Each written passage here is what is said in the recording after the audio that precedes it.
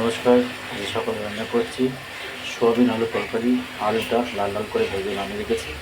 সোয়াবিনটা সেদ্ধ করে ধুয়ে ভালো করে ভেজে রাখলাম। পেঁয়াজ লাল লাল করে ভেজে নিয়েছি। জিরে, আদা, রসুন, পেঁয়াজ বাটা আছে আর তেজপাতা দিয়েছি তেলে। মশলাটা ভালো করে কষিয়ে নিয়ে তারপরে সোয়াবিন আলুটা দিয়ে ভালো করে আবার কষাবো।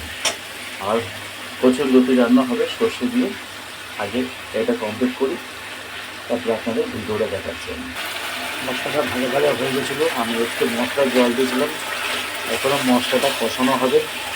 যত মশলা ভালো করে কষাবেন কাঁচা গন্ধ থাকবে না আর খেতে তত ভালো লাগবে।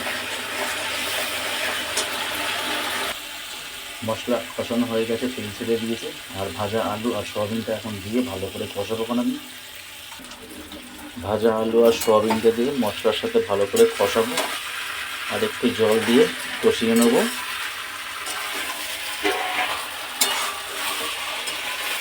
আপনারা এইভাবে ঝাল ঝাল করে খাবেন, খেতে খুব ভালো লাগবে।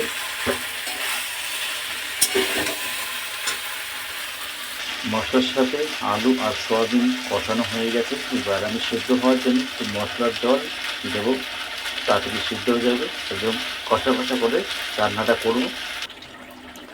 সোয়াবিন আলু কষা কষা তরকারি আমাদের হয়ে গেছে। কাঁচা লঙ্কা আর শুকনো লঙ্কা বাটা দিয়েছি, জিরে, আদা, রসুন, পেঁয়াজ বাটা দিয়েছি। আর ফোড়নে দিয়েছিলাম পেঁয়াজ কুচি, তেজপাতা। আমি এই দিয়ে রান্নাটা করেছি। আর লাল হয়নি এই কারণে আমি কাশ্মীরি লঙ্কা আজকে দিইনি, একটু সাদা ভাব রান্নাটা করেছি আমি। আর কচুরলতি রান্না করব, ভিডিওটা আপনারা দেখাবেন। সরষের তেল গরম হয়ে গেছে। ফোড়নে কালো জিরে দিলাম, কুচানো পেঁয়াজ দিলাম। পেঁয়াজটা লাল লাল করে ভেজে নিয়েছি। আর কচুরলতিটাও এর সাথে একটু ভেজে নেব। নিয়ে সর্ষে, কাঁচা লঙ্কা, রসুন বাটাটা দেবো এর সাথে ঝাল ঝাল করে, এতে খুব ভালো লাগবে।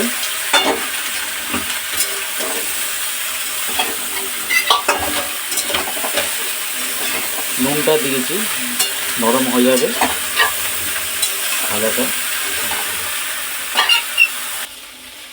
কচুরলতিটা একদম কচি, ভাজাটা হয়ে এসছে। এবার সর্ষে বাটাটা দিয়ে দেবো। সর্ষে বাটাটা দিয়ে দিয়েছি, হলুদ দিয়েছি। এবার একটু কষিয়ে নিয়ে মশলা জলটা দিয়ে দেবো। আমাদের কচুরলতিটা হয়ে গেছে। 2 মিনিট মতন একটু ঢাকা দিয়ে রাখবো। কচুরলতিটা কমপ্লিট হয়ে যাবে আমাদের রান্নাটা। আমাদের কচুরলতি রান্না হয়ে গেছে ঝাল ঝাল করে সর্ষে, রসুন, কাঁচা লঙ্কা বাটা দিয়ে আর কালো জিরে ফোড়ন, পেঁয়াজ কুচি দিয়ে আমি কচুরলতিটা রান্না করেছি। আপনারা এইভাবে করবেন, খেতে খুব ভালো লাগবে। যদি ভিডিও ভালো লাগে লাইক, শেয়ার, সাবস্ক্রাইব, কমেন্ট জানাবেন। আজকের ভিডিও এখানে শেষ করছি। নমস্কার।